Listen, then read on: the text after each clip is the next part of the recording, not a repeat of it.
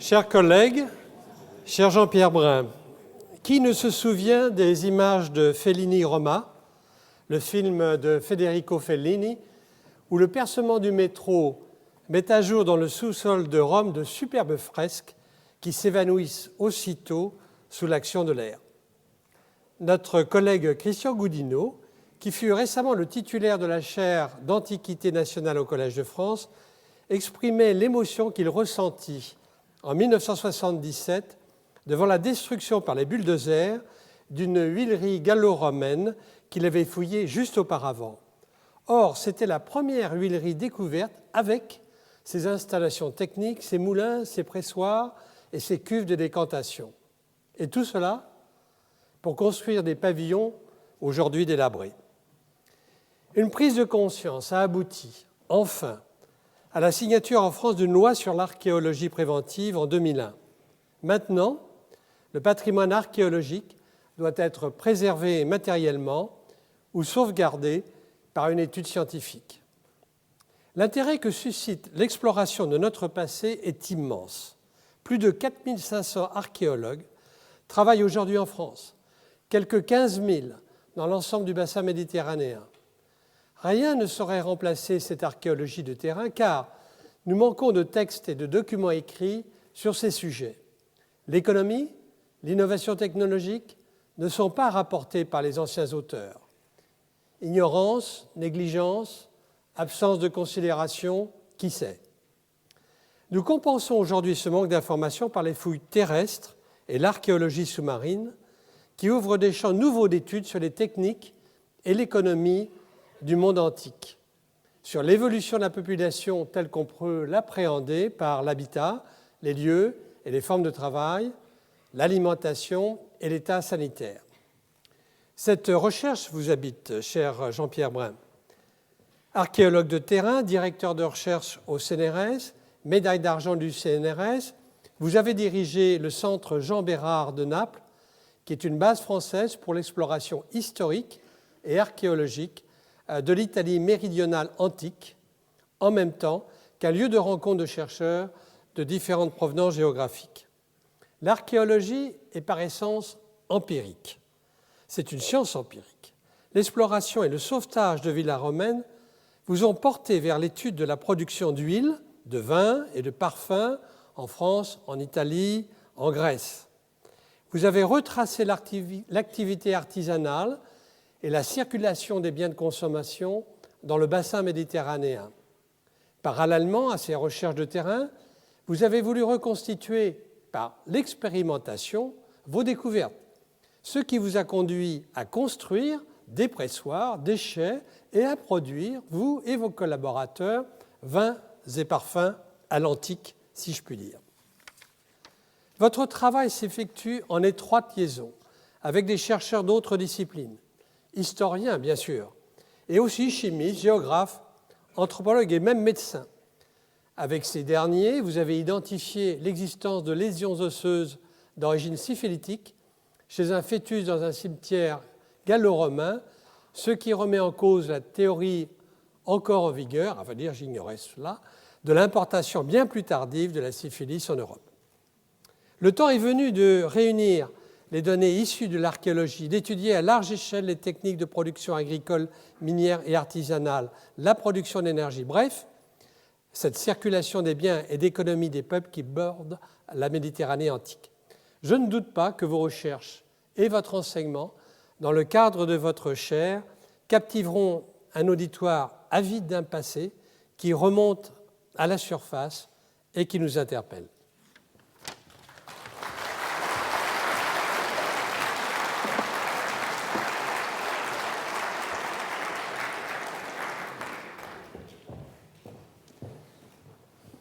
Monsieur l'administrateur, mes chers collègues, mesdames et messieurs,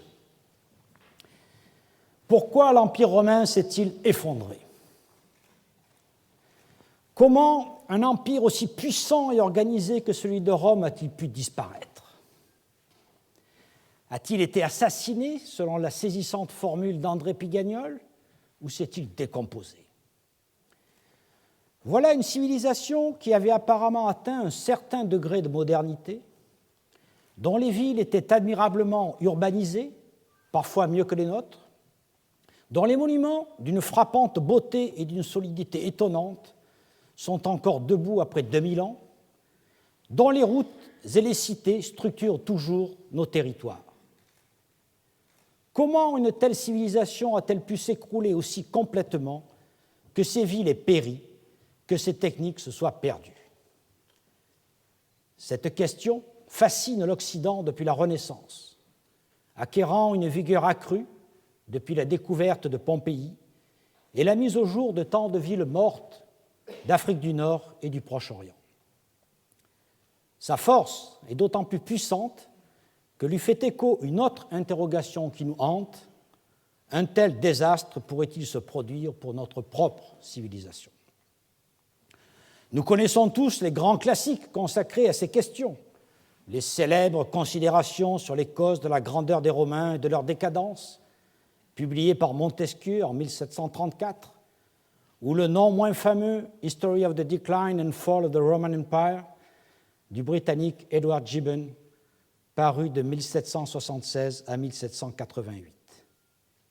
Mais nombre d'autres historiens ont apporté des réponses, au moins partielles. Ces réponses, il s'agit de les évaluer tout en les récapitulant. Sont-elles au moins partiellement satisfaisantes? Coïncident-elles avec les données que fournissent les recherches archéologiques, qui connaissent depuis un quart de siècle un développement qu'on n'avait ni imaginé ni prévu? Tels sont les points à aborder avant de dessiner les grandes lignes d'un enseignement qui ne soit indigne ni de ces problématiques, ni de l'honneur que m'ont fait Christian Goudineau et John Shedd en présentant mon nom à vos suffrages. De quelles données disposons-nous? À peu près toutes les sources écrites de l'Antiquité ont disparu au cours du Moyen Âge. Pour écrire une histoire totale, nous ne disposons, et encore seulement partiellement, que de l'exposé événementiel. Il manque la presque totalité des documents comptables, qui étaient fort abondants. Il manque la littérature technique. Il manque presque toujours les archives. C'est à peine si, grâce à son exceptionnel climat et à sa longue dépression démographique, l'Égypte nous a conservé quelques dossiers, comme les archives de Zénon, au IIIe siècle avant Jésus-Christ, ou celles de Hérodinos, au IIIe siècle après Jésus-Christ. Dossiers dont l'interprétation, d'ailleurs, fait l'objet de bien des débats. Pour le reste du monde méditerranéen, ne nous sont parvenus que des commentaires littéraires écrits par des aristocrates et des masses d'inscriptions, elles aussi reflétant la vie des classes supérieures, dont nous essayons d'appliquer, avec des filtres divers, les enseignements à l'ensemble de la société. On ne peut écrire l'histoire antique dans ses composantes démographiques, économiques et environnementales à partir de si peu. Dira-t-on que ces lacunes stimulent les historiens et les poussent à la conceptualisation? Paul Venn, dans sa leçon inaugurale, disait « La pauvreté de la documentation suscite l'ingéniosité, qui engendre à son tour une nouvelle richesse. L'expérience prouve que la sclérose de la problématique survient toujours beaucoup plus tôt que l'épuisement des documents. » En revanche, Moses Finlay déclarait « Les auteurs anciens, comme tous les historiens depuis lors, ont horreur du vide. Ils le remplissent comme ils peuvent, et en dernier recours, ils inventent. » Pour schématiser à grands traits, je dirais que cette documentation disparate et indigente a suscité des modèles économiques contradictoires répondant à 4 grandes catégories d'approches. D'abord, l'approche inductive, qui a longtemps dominé jusqu'au milieu du XXe siècle avec Edward Meyer, Tanner Frank et surtout Mikhail Rostotsev. Ce dernier a maîtrisé la totalité de la documentation disponible à son époque et l'a mise au service d'une conception explicative de l'histoire fondée d'une part sur les conflits entre élites urbaines et masses rurales et d'autre part sur une conception de l'histoire économique qui répéterait des cycles de croissance et de déclin. Les motivations humaines étant considérées comme constantes, la soif de pouvoir et l'appât du gain produisant les mêmes effets à l'époque antique qu'à l'époque moderne, il aboutissait à la conclusion qu'il n'y avait pas de différence de nature entre les économies antiques les plus avancées et les économies modernes, mais uniquement une différence de degré. La deuxième approche, marxisante, influente dans l'après-guerre, consistait à déceler à l'arrière-plan des événements historiques les infrastructures économiques. Ainsi, les motivations profondes des conquêtes étaient cherchées dans les intérêts économiques de telle ou telle catégorie sociale, commerçants, hommes d'affaires, l'impérialisme étant considéré comme sous-tendu par des intérêts marchands. Les limites de ce type d'explication sont vite apparues. Non, les chevaliers romains ne formaient pas une classe sociale de capitalistes, mais un ordre, comme l'a montré Claude Nicollet. Non, il n'y avait pas de véritable bourgeoisie au sens des XVIIIe et XIXe siècles. L'approche substantiviste a eu quant à elle une profonde influence jusqu'à nos jours. Elle prend ses racines dans les théories de Karl Bauer qui schématisait l'évolution de l'économie mondiale en 3 stades. Celui de la maisonnée, caractérisé par une prédominance absolue de l'agriculture et un commerce marginal qui correspondrait à l'Antiquité. Celui de l'économie de production et d'échange au niveau des villes au Moyen Âge, et celui de l'émergence du marché national à l'époque moderne. Pour Karl Polanyi, avant la société capitaliste du XIXe siècle, il n'y a pas de véritable marché. L'économie n'avait aucune autonomie, étant imbriquée dans les institutions sociales et politiques, c'est-à-dire dans les relations personnelles de don, de dépendance et de clientélisme. Ces idées furent appliquées à l'Antiquité par Moses Finlay. Pour lui, on ne peut pas aborder ces questions autrement que par le biais des mentalités. Et ces analyses l'amènent à conclure que la satisfaction des besoins matériels ressortant d'institutions religieuses, politiques ou sociales, il n'y avait pas lieu de chercher à organiser les faits selon une logique économique qui serait seulement applicable au monde contemporain. Selon lui, il n'y avait pas dans l'Antiquité de volonté consciente de développer la croissance. Les anciens tendaient vers un idéal autarcique dans lequel dominait l'agriculture. Le commerce, même s'il se développa à certaines époques, restait marginal et aux mains de personnages de basse extraction. Les villes antiques n'étaient que des parasites, vivant des surplus produits par les ruraux et dilapidés par les élites urbaines en dépenses somptuaires non productives. Finlay voyait l'économie antique comme stagnante, incapable de créer une véritable croissance et donc immobile, sans évolution, ce qui avait pour conséquence que, n'ayant connu aucune croissance, elle ne pouvait chuter à la fin de l'Antiquité. La vie économique se serait écoulée dans une sorte de continuum avec quelques agitations de surface, mais sans que rien ne change fondamentalement. Enfin, une dernière approche plus récente peut être appelée quantitative.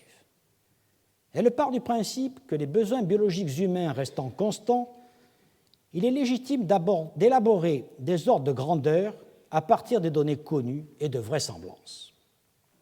Ainsi, l'absence de statistiques antiques n'empêche pas d'étudier la diffusion des amphores et d'en tirer des vues générales sur la nature et l'évolution de la production et des échanges, comme l'a fait récemment André Tchernia dans son ouvrage « Les Romains et le commerce ». Certaines données invitent à des estimations de la population, du coût de l'armée, de la structure bureaucratique des royaumes hellénistiques ou de l'Empire romain, des flux financiers générés par les dépenses militaires ou civiles, voire du produit intérieur brut de l'Empire. Certains chercheurs ont suivi récemment ces voies, de Keith Hopkins à Wilhelm Jungmann.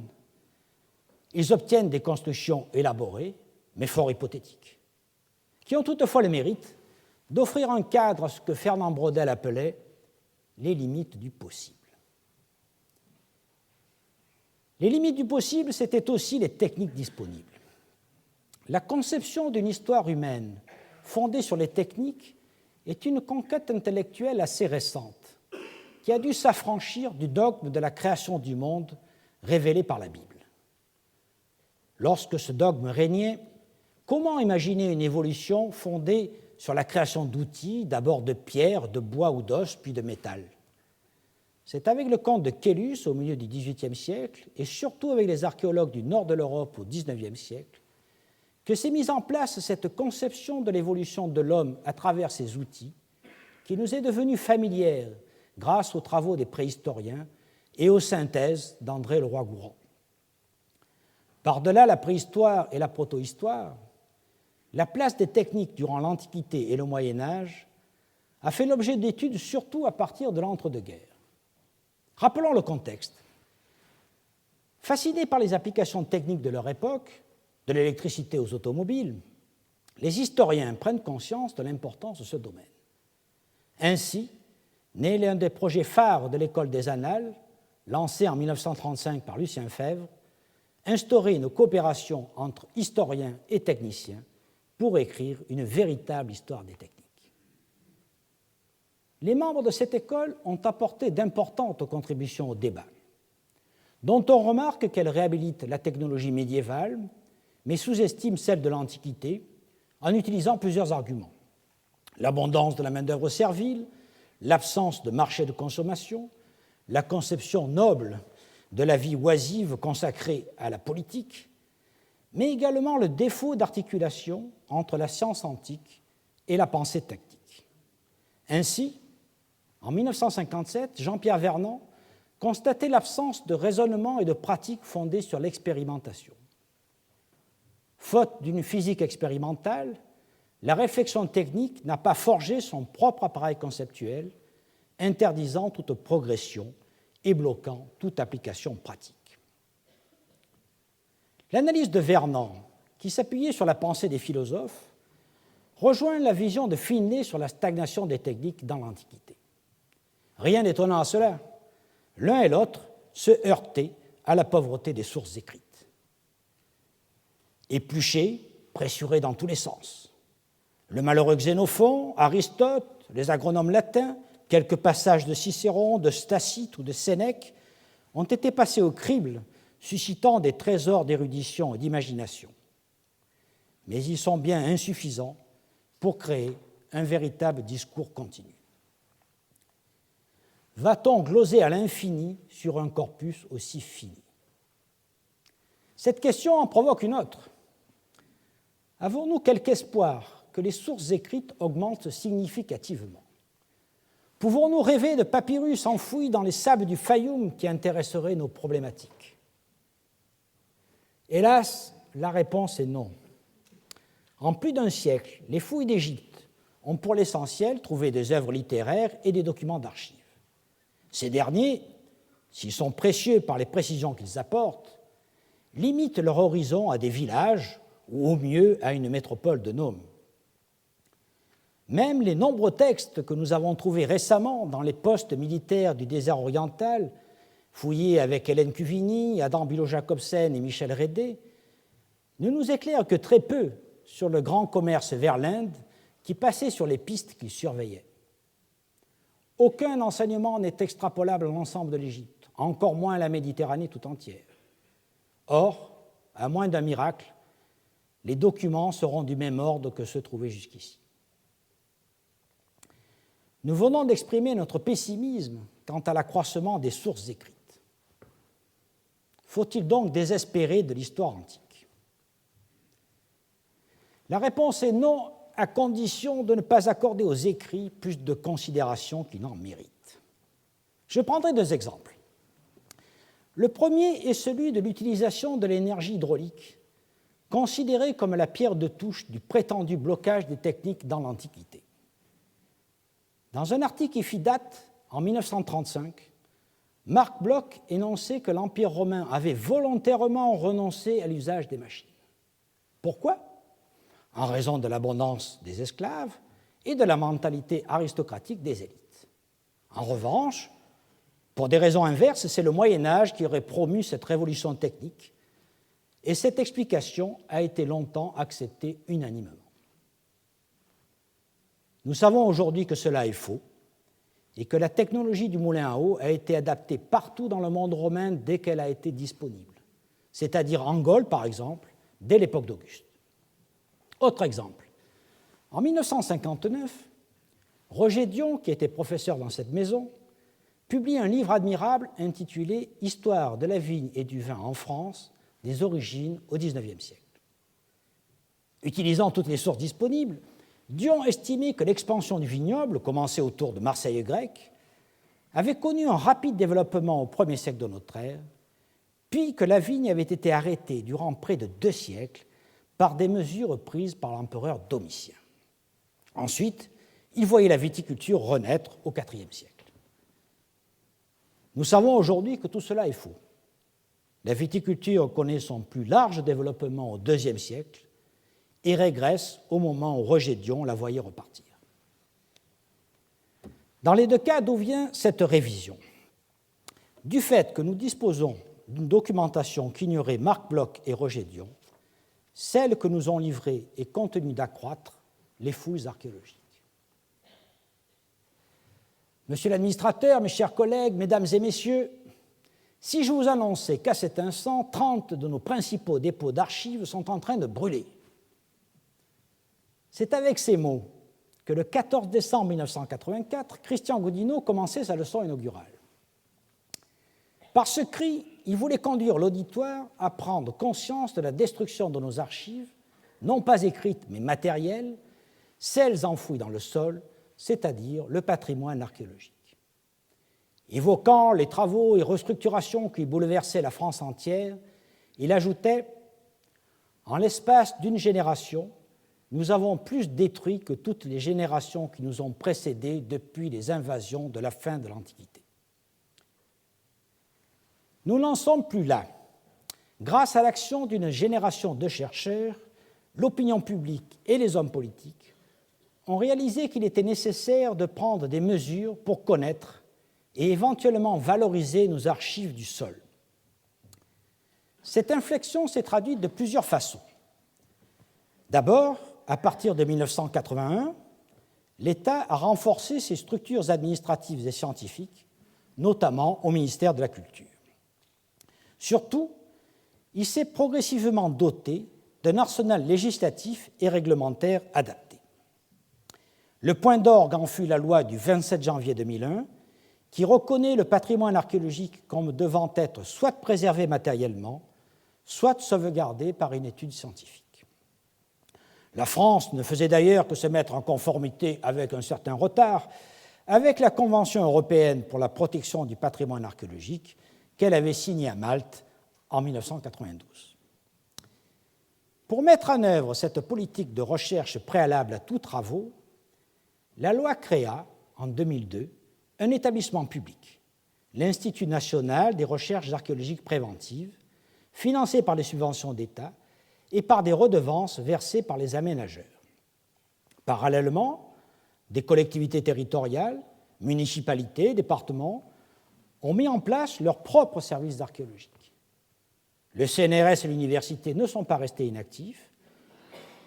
Le premier développant des méthodes de recherche nouvelles et la seconde créant des filières de formation d'archéologues nécessitées par l'explosion des effectifs. Donc, en termes de moyens humains, financiers et intellectuels, tout a changé. Non sans soubresaut, conflit, retour en arrière, vous pouvez bien l'imaginer, mais l'essentiel est acquis. Le travail d'inventaire des sites archéologiques a énormément progressé. La grande entreprise de l'édition de la carte archéologique de la Gaule est quasiment terminée. Les interventions deviennent systématiques sur tout le territoire et couvrent non seulement les vestiges bien visibles, consacrés par la tradition, que sont les murs et les poteries par exemple, mais aussi des indices invisibles allant des pollens aux éléments traces qui permettent de reconstituer l'évolution de l'environnement ou de la pollution. Si on fait un point aujourd'hui, près de 2500 agents travaillent en France sur les fouilles de l'Institut national des recherches archéologiques préventives. En leur ajoutant ceux du ministère de la Culture et des collectivités territoriales, les archéologues recrutés par les entreprises privées ou des associations et ceux rattachés au CNRS ou aux universités, on aboutirait à un total de plus de 4500 chercheurs. Il est plus difficile d'estimer le nombre des archéologues dans l'ensemble du pourtour méditerranéen. car de grandes disparités existent entre les pays de la communauté européenne, relativement bien armés pour répondre aux nécessités de l'archéologie préventive, et les autres pays qui connaissent des situations politiques et économiques défavorables que vous connaissez bien. Une estimation globale de l'ordre de 15 000 chercheurs me semble raisonnable. Même s'ils sont inégalement répartis, ces moyens permettent la collecte d'une impressionnante masse de données. Une telle révolution comporte deux dangers. Le premier danger est de croire qu'il suffit d'effectuer une fouille correcte pour lire complètement les archives du sol. C'est une illusion. Nous fouillons mieux qu'hier et moins bien que demain. Demain, nos successeurs développeront de nouvelles problématiques suscitées par leur temps et ils inventeront des méthodes pour y répondre. Il faut donc, à côté des fouilles préventives indispensables, tout faire pour conserver des terrains archéologiques vierges pour les interrogations du futur. L'autre danger de l'accumulation des données est de nous inspirer une sorte d'euphorie qui nous détournerait de la conduite que prônait ici même Fernand Braudel il y a 60 ans. À des matériaux neufs doivent être appliquées de nouvelles méthodes. Il faut donc commencer par établir, voire inventer ces nouvelles méthodes et ces nouveaux outils. Pour que l'archéologie se constitue en corps de sources indépendants, en sciences qui établissent des faits, il convient que les acteurs s'entendent sur des protocoles d'observation identiques et sur des corpus de données formatés.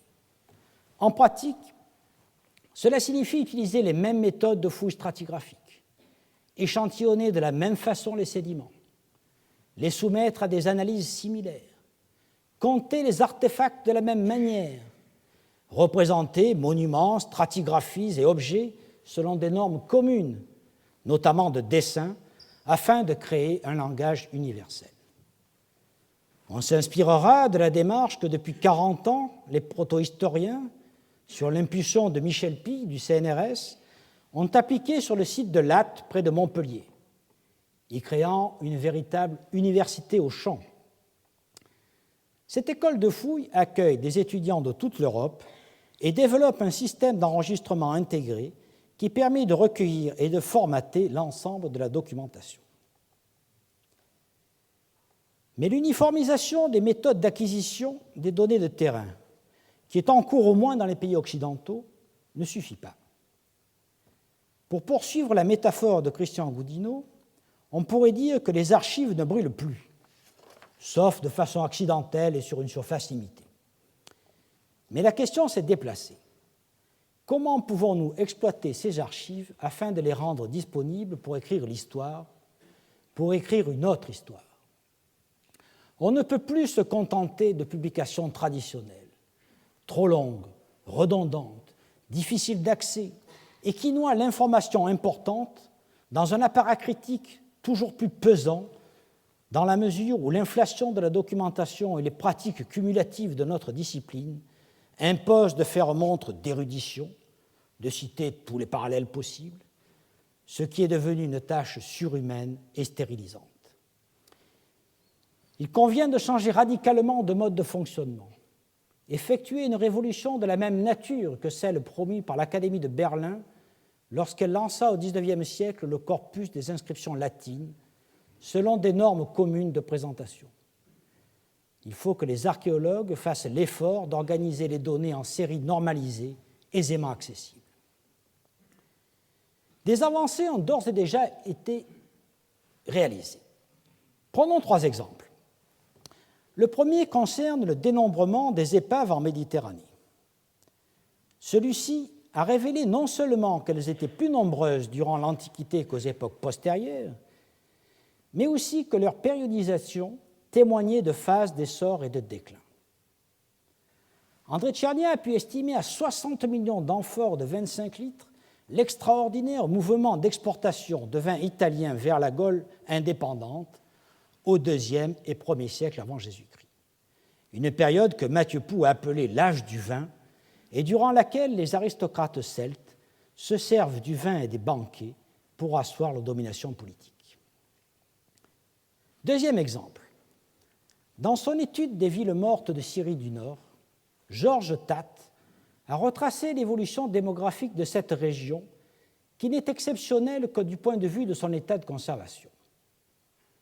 Par une sériation minutieuse de 4700 unités d'habitation dans 46 villages, il a décelé une lente hausse démographique au 1er siècle, très forte entre 110 et 250, suivie d'une baisse brutale. Une reprise apparaît entre 270 et 480, puis se réduit pour s'arrêter définitivement au début du 7e siècle après Jésus-Christ. Voilà, certes pour une région limitée, des chiffres qui nous manquaient pour tracer une courbe de population. Troisième exemple. Les comptages des os d'animaux consommés prouvent que les habitants de l'Empire romain avaient un régime alimentaire plus riche que celui des périodes antérieures et postérieures. Cette amélioration de leur alimentation est aussi décelable dans l'augmentation de la stature des hommes et des femmes, mesurée à partir des longueurs des fémurs des squelettes retrouvés dans les tombes. Les chiffres tracent une augmentation de la taille au 1er siècle avant et après Jésus-Christ, un palier au 2e siècle et une décroissance à partir du 4e siècle. Les deux courbes seraient indicatrices d'une hausse moyenne du niveau de vie per capita suivie d'une dégradation à la fin de l'Antiquité. Ce ne sont que 3 exemples, mais qui démontrent à quel point cette documentation nouvelle permet d'affiner la perception des périodes d'essor et de déclin. Nous devons multiplier les mises en série pour toutes les activités économiques, quantifiant par exemple le nombre et la capacité des pressoirs à huile ou à vin, ceux des jarres de fermentation, le nombre d'ateliers de chaque type d'artisanat, le nombre des graines dans les sédiments. Ce sont ces mises en série qui rendront les vestiges archéologiques utilisables par les historiens. C'est un énorme travail. D'abord, en raison de son ampleur. Mettre en commun les connaissances dispersées dans divers pays suppose de les faire confluer dans une banque de données co-gérée par plusieurs institutions de recherche en Europe et dans les pays qui bordent la Méditerranée. Une tâche d'une grande ampleur, mais aussi d'une grande complexité, car la documentation demande à être équilibrée. Dans les pays où les vestiges et objets livrés par le sous-sol sont pauvres, comme en Europe septentrionale, toute trouvaille est systématiquement prise en compte. En revanche, dans les contrées telles que l'Italie, la Grèce, l'Afrique du Nord, le Proche-Orient, l'abondance et la qualité des découvertes introduisent des déséquilibres en faveur des villes, des sanctuaires, des nécropoles, des résidences aristocratiques et en défaveur des campagnes, des habitats des humbles et des infrastructures économiques. Le phénomène est aggravé par les différences de développement et de la qualité de l'enseignement supérieur dans les régions concernées. Le déséquilibre est patent entre l'Europe du Nord et la Méditerranée, surtout l'Afrique du Nord et le Proche-Orient. Les destructions y sont aussi massives qu'ailleurs, mais les rares moyens disponibles sont consacrés à explorer et, si possible, sauver les ruines les plus spectaculaires, privilégiant par exemple les mosaïques au détriment des ateliers ou des logements d'esclaves. Toutefois, soyons optimistes et admettons que nous parvenions à surmonter les obstacles que constituent l'ampleur et la complexité de la documentation archéologique, que nous disposions de séries de plus en plus nombreuses, plus riches et plus homogènes, et que nous ayons conçu les moyens de les croiser. Quelles seraient les principales conséquences? La première est que nous allons changer d'univers. Longtemps, les recherches archéologiques ont porté sur les monuments publics et religieux, sur les palais et riches demeures, sur les tombes aristocratiques. Le recrutement social et universitaire des archéologues influait d'ailleurs sur les intérêts portés à tel ou tel type de documentation. L'épigraphie, la sculpture, la peinture, l'architecture et l'urbanisme ont été prioritairement étudiés, au détriment des instruments de production et des vecteurs du commerce, perpétuant ainsi une attitude mentale antique. Au contraire des textes littéraires qui présentent une vision externe et le plus souvent méprisante du travail et des techniques. Bien mieux que l'épigraphie qui donne à voir ce que les hommes du temps voulaient qu'on retienne d'eux, l'archéologie nous met en contact direct avec le travail lui-même, dans les exploitations agricoles, dans les ateliers, dans les lieux de production et de commerce. Du coup, nous pouvons travailler sur le temps long, celui des sociétés, au sens où l'entendait l'école des Annales. Seconde conséquence, si elle rend sensibles les phénomènes de fond, les essors, les stabilités, les déclins, l'archéologie donne également des panoramas très détaillés, des zooms sur des régions, d'autant plus précieux que les angles d'analyse sont croisés. Je ne résiste pas à citer ici l'exemple de Métaponte en Italie du Sud, qui a fait l'objet de prospection, de fouilles et d'analyses depuis près de 50 ans.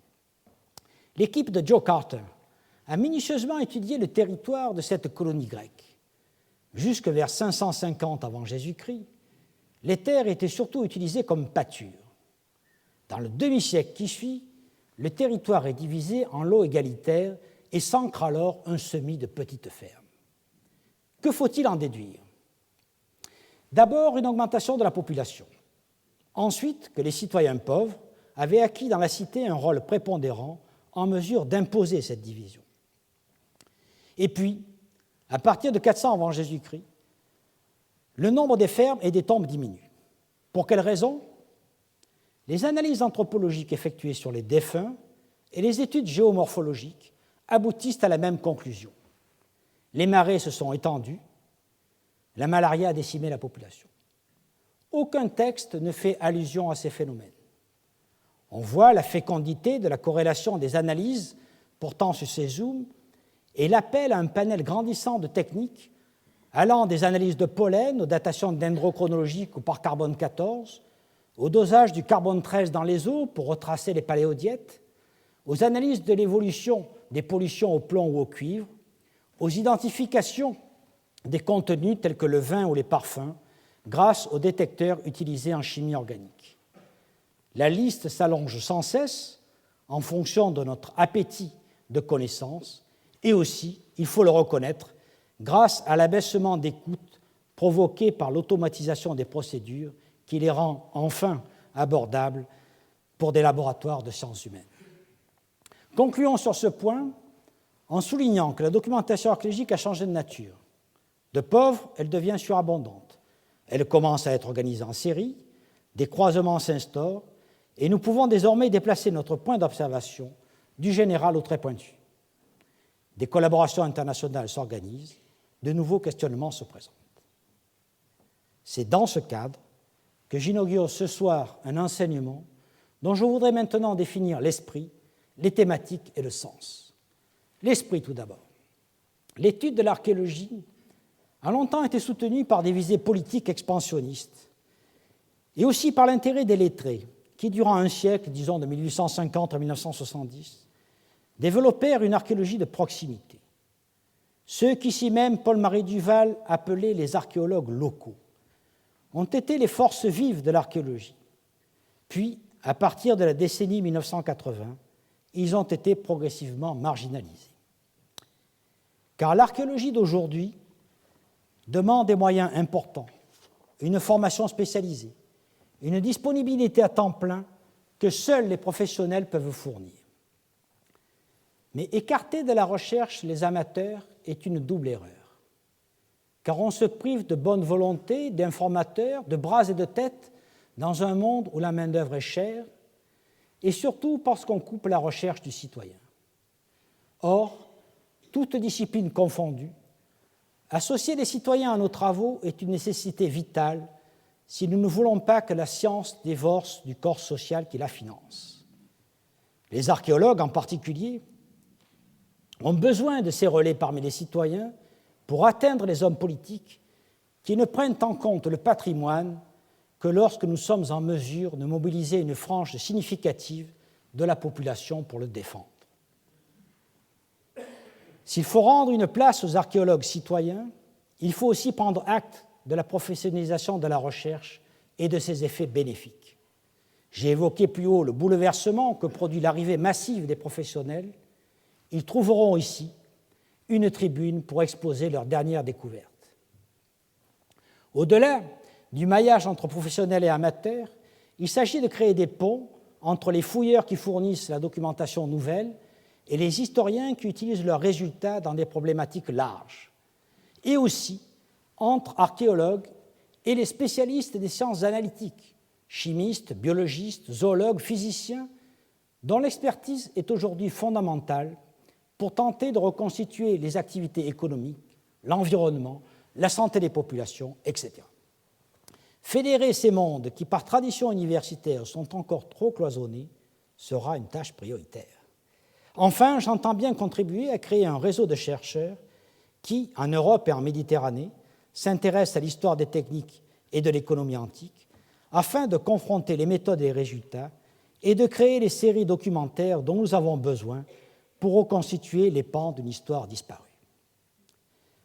Cela m'emmène aux thématiques de recherche que j'aborderai dans les années qui viennent, à la fois par l'exploitation des fouilles archéologiques déjà effectuées ou en cours, et par la mise en place de bases de données.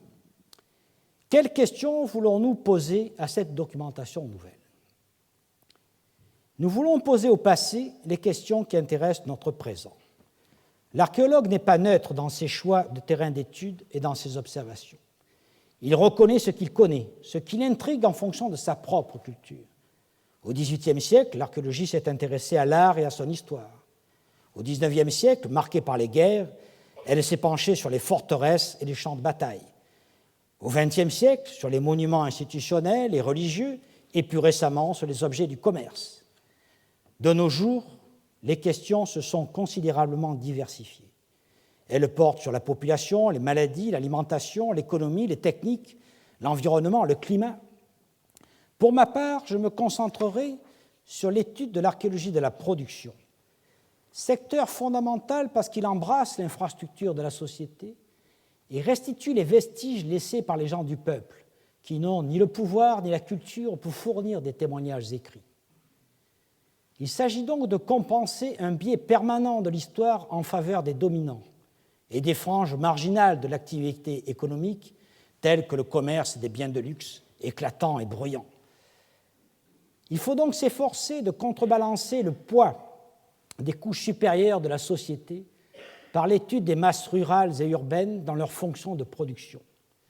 La croissance, dans l'Antiquité comme aujourd'hui, est le fruit d'une évolution profonde de la population, de son bien-être et de son éducation, qu'on peut entrevoir à travers l'habitat, les lieux et les formes du travail, l'alimentation et l'état sanitaire.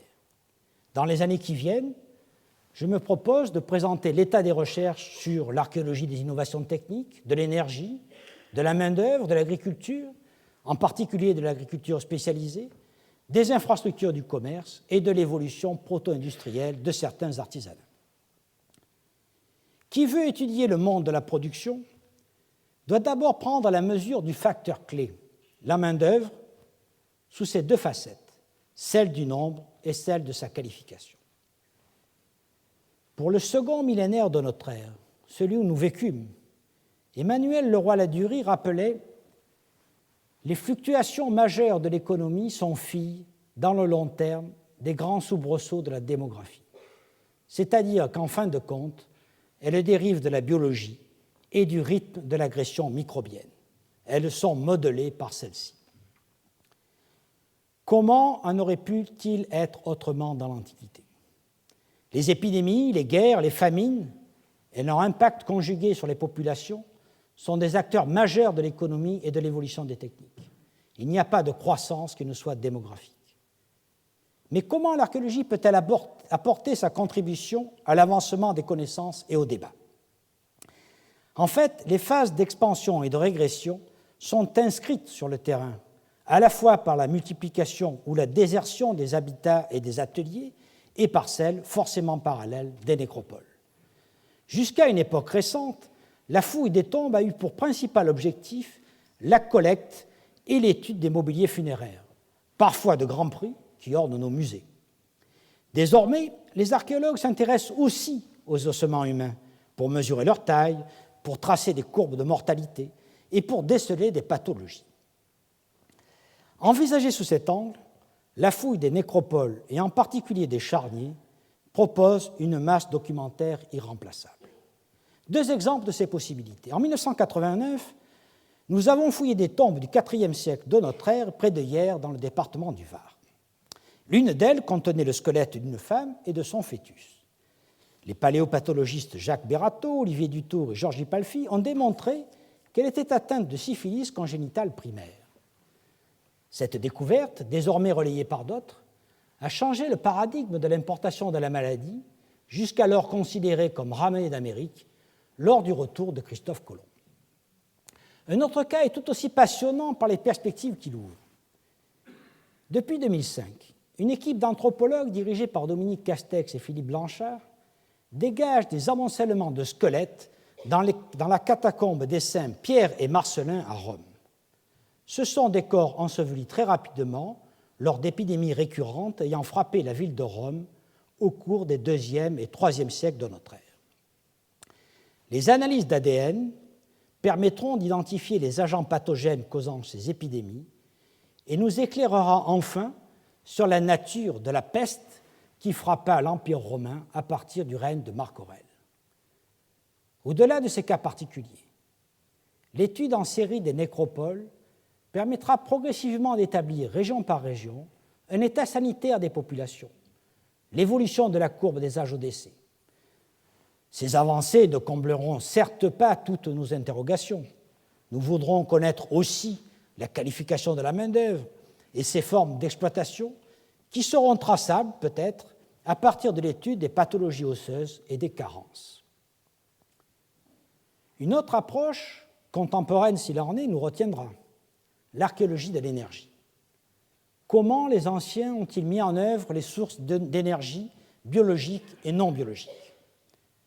La première question portera sur les hommes et les animaux. Que l'abondance d'hommes à bon marché, esclaves et pauvres, ait rendu l'énergie humaine omniprésente n'est pas contestable. Mais les fluctuations démographiques ont certainement eu une influence sur l'emploi d'autres énergies. L'énergie biologique, c'est aussi le bois et le charbon de bois, indispensables à la métallurgie, à la verrerie et à la briqueterie. La bordure nord de la Méditerranée était bien pourvue de forêts, et il ne fait pas de doute que leur exploitation comme source de combustible a été une condition de l'essor des arts du feu, et notamment de la métallurgie du fer. L'énergie éolienne, propulsant les navires pour un coût très bas sur une mer intérieure progressivement pacifiée, a été un facteur décisif de la croissance à l'époque hellénistique et sous le Haut Empire.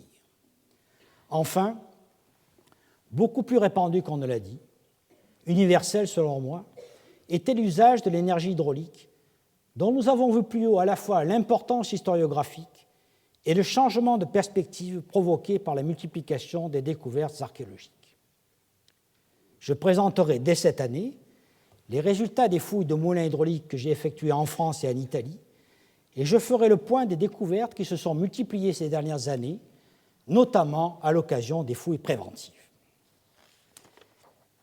L'application de l'énergie hydraulique à toutes sortes de moulins nous conduit à examiner les mécanismes de l'innovation technique et de sa réception. Nos prédécesseurs ont analysé avec beaucoup de finesse la pensée d'Aristote, de Cicéron ou de Sénèque, montrant que leurs écrits, dépréciant les techniques et les professionnels, reflétaient les préjugés des classes supérieures de la société antique.